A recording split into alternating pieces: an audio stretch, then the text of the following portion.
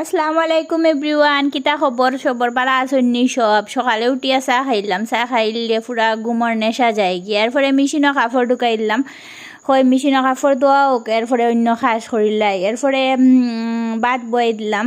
প্রথমে ভাত হয়ে গেলে কাজ একটু আটি যায়। এরপরে আমার পার্সেল একটা আইলো, উইন্টার ফোর্সে। তো স্কিন কেয়ার করা খুবই জরুরি।